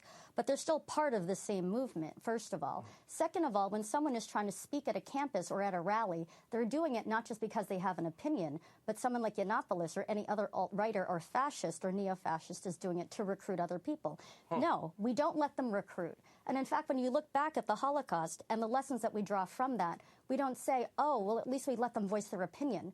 We say never again. Okay, well, so, again and is now, especially after Trump. We elevate people like Dietrich Bonhoeffer or members of the plot against the leader of Nazi Germany to kill him. So, I mean, that was the response, of course, to the leader of that fascist movement. Most people think it was legitimate. Do you think, you're not answering my question, that people like Milo, who you've decided are fascists, should be allowed to speak in public? You said they weren't allowed to speak at Berkeley. He should not be allowed to speak in corner? public to spread his racist and misogynistic and homophobic lies. No, he does not have the right to do that. What about when he's using his speech to whip up attacks on people? No, he doesn't have the right to do that. So and to spread lies about our humanity, no, he doesn't. Okay, so you're And not we allowed have to a say right to things defend that you ourselves think are in that. untrue. No, Well, you have I mean, a of course, right. In the case of Berkeley, No, he that's was not what I said. I didn't say you're not. You have a right to defend yourself. Hey, BZ, you have a right to defend yourself, not attack people. And that's what they've been doing. They've been attacking, not defending. They've been attacking. When you go into the offense, that is attacking, not defending. And she goes on to spew more of her stuff, but I just wanted to give a good clip of who it is. She has been arrested by a Sacramento County District Attorney official. Said on Wednesday, the charges come, as I said, after 8 months of investigation, and charges of inciting and participating in a riot and assault likely to cause great bodily injury.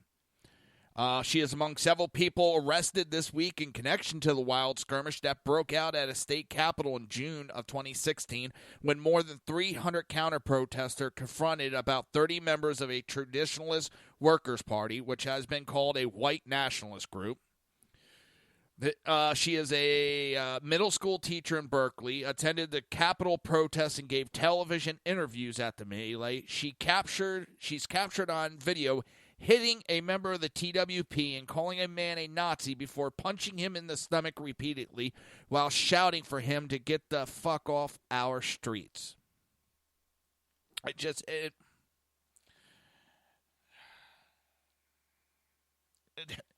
amazing. The district attorney goes on to say that many counter-protesters were masked, making it difficult to bring charges, including in connection with numerous stabbings and an assault on a Sacramento television station news crew. 14 people had stab wounds, cuts, bruises, while 2 of the injured surviving critical stab wounds. This is why, I'm sorry, you show up to these rallies and you're wearing a mask, the police need to step in and say, no. No.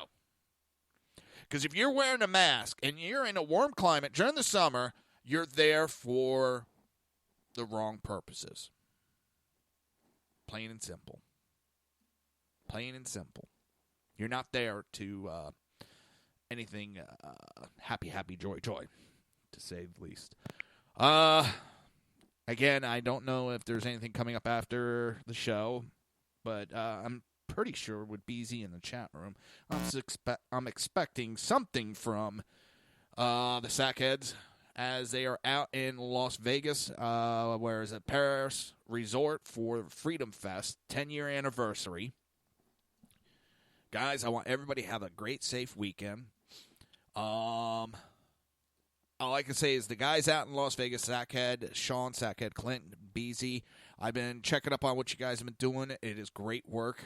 I said it before. I'll say it again. I've said it all week. I am jealous, and hopefully I have some ducks in the row that I will make it out next year, and I can actually meet some of these people face-to-face and have a good time.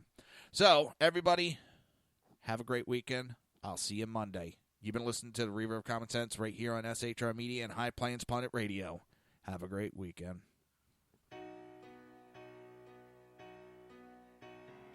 You've been listening to the Reaver of Common Sense with its host, Jersey Joe.